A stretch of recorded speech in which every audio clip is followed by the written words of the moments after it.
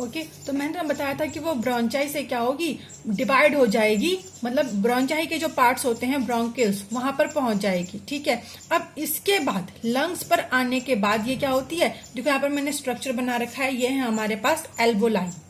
This is the very important organ in the respiratory system. ठीक है, अब जो एल्वोलाई है, ठीक है, जो यहाँ पर ब्रोंचाई से क्या हुई थी, स्मॉल टू स्मॉलर ट्यूब के थ्रू कहाँ पहुंची थी, एल्वोलाई तक पहुंची थी। ये एल्वोलाई क्या वर्क करती है, ये एल्वोलाई क्या होती है, it is a balloon like structure which provide a surface for exchange of gases. Clear, समझे, ये क्या होती है, गुब्बारे की तरह, बलून की तरह की स्ट्रक्चर होती है जो क्या करती है, सरफेस को क्या करती है, प्रोवाइड करती है ताकि क्या हो, गैस का क्या हो, एक्सचेंज हो जाए। ठीक है, और दी walls of alveoli is connected with blood vessels.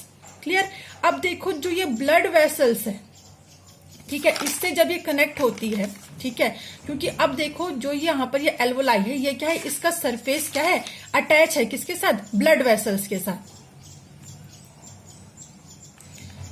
अब ये ब्लड वेसल्स में क्या करेगी, इसका जो वर्क है वो है the oxygen dissolve in haemoglobin from alveoli and carried from lungs to cell in the all body parts. अब देखो जो ऑक्सीजन, क्लियर, मैंने तुम्हें पूरा प्रोसीजर बताया कि नोज से nasal cavity, then pharynx, then larynx, then trachea, then bronchi, and then bronchi से फिर ब्रोंचूल्स, और उसके बाद फिर एल्वोलाई पर आई। तो ये सब क्या पास हुई यहाँ पर, ऑक्सीजन। क्लियर, और अब ये ऑक्सीजन कनेक्ट हो गई एल्वोलाई से, और एल्वोलाई जो कनेक्ट है वो है ब्लड वेसल्स से। तो ब्लड वेसल्स में वो कौन सा ऑर्गन है, वो है haemoglobin. It's a very important topic. ठीक है, ये क्वेश्चन भी आता है कई बार कि कौन सा ऑर्गन उसे क्या करता है, एल्वोलाई को, जो मतलब बॉडी, जो लंग्स है, ऑक्सीजन को पूरी की पूरी बॉडी तक कौन पहुंचाता है, तो वो कौन करता है, आरबीसीज में जो हीमोग्लोबिन प्रेजेंट होता है वो ये वर्क करता है। ठीक है, अब जो वो एल्वोलाई कनेक्ट थी उसमें जो ऑक्सीजन आई वो कहाँ चली गई, हीमोग्लोबिन के साथ डिसॉल्व हो गई, और वो क्या करेगी, वो एल्वोलाई क्या करेगी, उसको लंग्स से हमारी पूरी बॉडी पार्ट्स तक उसको पहुंचा देगी। क्लियर हो गया, तो कैसे गया ऑक्सीजन, कैसे गई, ऑक्सीजन के पास पूरी जो रेस्पिरेटरी सिस्टम था वहां से होते हुए वो लास्ट में एल्वोलाई पर आई, और एल्वोलाई में जो हीमोग्लोबिन प्रेजेंट था वहां से वो पूरी की पूरी बॉडी पार्ट्स में चली गई। ठीक है, और अब जो ये ब्लड है, क्लियर, ये जो ब्लड है क्या करेगा, ये क्या करेगा, जो हमारे पास, अब देखो ऑक्सीजन तो आ गई, लेकिन अब क्या होगा, कार्बन डाइऑक्साइड कैसे रिलीज करेगी, होता है ना, रेस्पिरेशन का मतलब क्या है कि ऑक्सीजन को इनहेल करना और कार्बन डाइऑक्साइड को एक्सहेल करना। क्लियर, तो एक्सहेल कैसे होगी, देखो जो हमारे पास एक्सहेल की प्रोसेस होगी वो भी सेम होगी, किसकी तरह, जैसे हमने क्या किया था, ऑक्सीजन इनहेल किया था। क्लियर, इसमें क्या हो जाएगा, जो सेम प्रोसेस चला था, first nose, second nasal cavity, सबको पता है इसी तरीके से हम क्या कर रहे थे, एंटर कर रहे थे ऑक्सीजन का, देन फायनेक्स,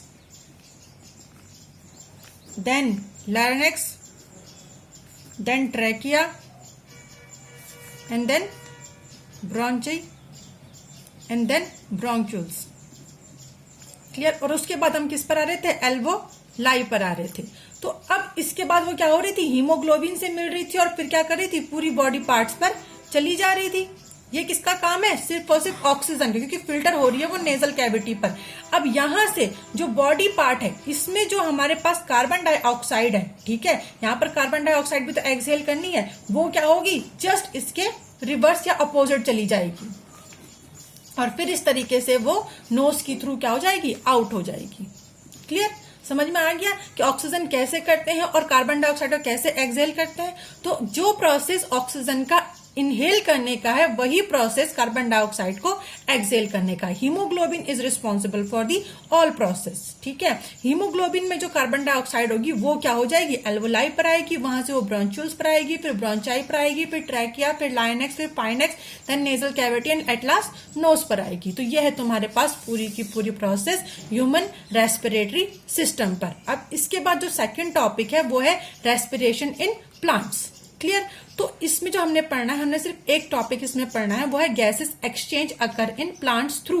ओके, तो फर्स्ट है हमारे पास stomata in leaves, lenticels in stems, and surface of roots. ठीक है, तो जो गैसेस एक्सचेंज होती है वो किसके थ्रू, सबसे पहले किसमें होती है, स्टोमेटा में। तुम्हें पता है कि लीव्स के अंदर जो टाइनी पोर्स होते हैं वो क्या होते हैं, स्टोमेटा होते हैं। ठीक है, तो स्टोमेटा क्या करती है, during the process of photosynthesis क्या करती है, कार्बन डाइऑक्साइड को एक्सहेल कर देती है। क्लियर, और कार्बन डाइऑक्साइड क्या करती है, वाटर के साथ मिलकर किसके अंडर, स्टोमेटा के अंडर क्या करती है, ग्लूकोज बनाती है और प्लस ऑक्सीजन को रिलीज करती है। तो ये जो प्रोसेस हुई, कार्बन डाइऑक्साइड एंटर हुई, ऑक्सीजन रिलीज हुई, यही क्या है, स्टोमेटा के अंदर ये काम हो रहा है। तो यही क्या है, gases exchange in the case of plants. Clear, then second one is lenticels in stems. ठीक है, स्टेम जो रूट होती है उसमें भी कुछ टिनी पोर्स होते हैं जिन्हें हम क्या बोलते हैं, लेंटिसल्स बोलते हैं, और उनके थ्रू भी क्या होता है, गैसेस एक्सचेंज होता है। Then third one is surface of roots. Clear, तो जो रूट होती है उसमें भी क्या होती है, जो रूट की सरफेस होती है वो भी करती है, गैसेस एक्सचेंज क्या करती है,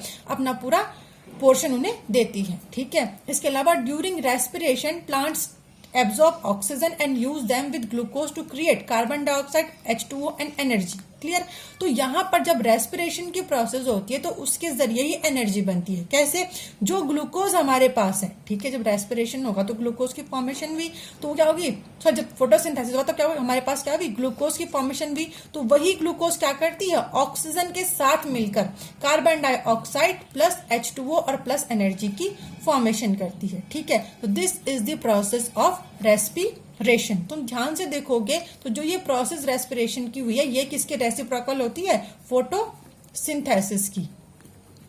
क्लियर, क्योंकि फोटोसिंथेसिस में जो ग्लूकोज बनता है वो कार्बन डाइऑक्साइड और वाटर के कॉम्बिनेशन से बनता है। ठीक है, और जो रेस्पिरेशन है उसमें जो बना हुआ ग्लूकोज है वो क्या करता है, ऑक्सीजन के साथ कॉम्बिनेशन करके कार्बन डाइऑक्साइड और H2O की फॉर्मेशन करता है।